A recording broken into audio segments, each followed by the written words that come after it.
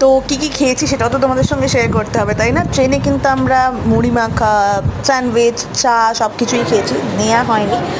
আর এরপরে আমরা সমুদ্রে স্নান টান করার পরে একদম চলে এসেছি পূর্বাশা রেস্টুরেন্টে, যেখানে কিন্তু আমরা নিয়েছিলাম হচ্ছে ভেজ থালি মায়ের জন্য এবং আমার জন্য বিরিয়ানি।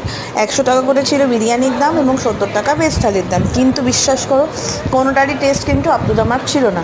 3 আউট অফ 10ও ছিল কি না সন্দেহ। কারণ কি বলবো তোমাদেরকে, মানে এতটাই খারাপ ছিল টেস্ট, মানে বলার কথা নয়।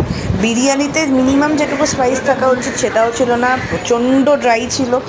জানি না কীভাবে বানানো হয়েছে, but totally West of money আমাদের কথাতে। ঠিক আছে, ঠিক আছে, প্রথম দিন বলে আমরা, প্রথম লাঞ্চ বলে আমরা মেনে নিয়েছিলাম, আর কিছু ভাবিনি। তো এই সিদ্ধান্ত নিতে বাধ্য করেছিল যে এইখানে আমরা আর খাবো না। আর এরপরে কিন্তু ডাইরেক্ট সন্ধেবেলা আমরা কিন্তু একবার চা খেয়েছি, তারপরে আবার এই বিচ থেকে আমরা চা খেয়েছি।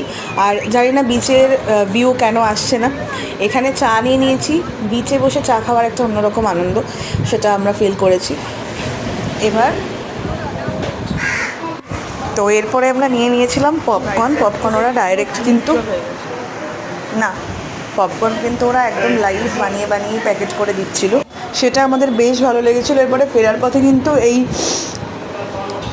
কোনগুলোতে ডাবল স্কুপ করে ওরা আইসক্রিম বিক্রি করছিল, সেটাও খুবই ভালো লেগেছিলো। আর এইটা কিন্তু আমরা শিবম রেস্টুরেন্টে খেয়েছিলাম, রুটি আর পনির বাটার মশলা। এইটা আমাদের 10 on 10 লেগেছিলো। এখানে কিন্তু আমরা বেশ কয়েকবার খেয়েছি এরপরেও। তো এটা